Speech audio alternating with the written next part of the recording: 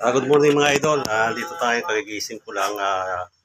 Galing ako sa bahay ng biyanan ko. Lalabas tayo ngayon. Dadalawin natin yung yung tinanim ko na miracle fruits. Tingnan natin kung ano na ang bunga, idol. After 2 years, tingnan natin kung ano ang bunga rito. Yan mga idol. Puntahan ko na yung American fruits. Yung miracle fruits, yan. Yan, may bunga na sa mga idol, oh. Yun. Yan. Yan na siya. Oh, yan na. So, tinanim ko noon idol dito, sanga pa lang ngayon. After 2 years, namunga na siya. So, ang sabi raw nila sa mga idol, ano raw to, gamot daw yung miracle fruits sa mga sakit-sakit. Minsan ko na kasi nasubukan to idol, nung nabakasyon ako dati, may dalang hipag ko, niluto ko. Kung ginawa namin idol, para nilagari ko ito, para at least mabibiyak. Kasi pag itak-itak lang hindi tatalab, kailangan lagariin mo. Tapos no, niluto ko sa idol, yung katas na niinom ko, parang sumiglat nga talaga yung pangangatawan ko. Kaya nga ito, dalang puno to idol, yung isa kabila, yung isa, yun o. Yan. Ngayon, sa nga itong tinanim ko, after siya kalain mo, after 2 years, ito na siya, namunga na siya.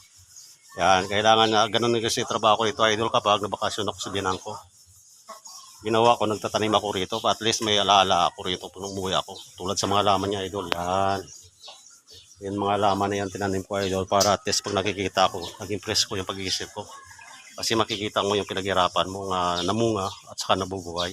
Parang isang kumpanya din na idol kung saan tayo nagtatrabaho.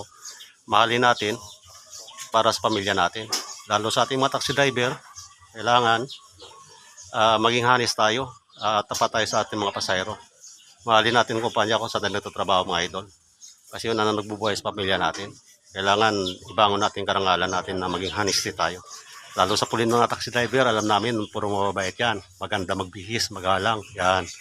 Mga mababait, ibig sabihin, mabait yung boss, mabait yung tauhan. Yan mga idol. Yan mga laman ko. At tinanim ko rito. Kaya, yan, American fruits, isa lang ang bunga. Miracle fruits idol, isa lang ang bunga niyan. Kaya sa sunod-sunod na taon, pwede natin biyakin yan.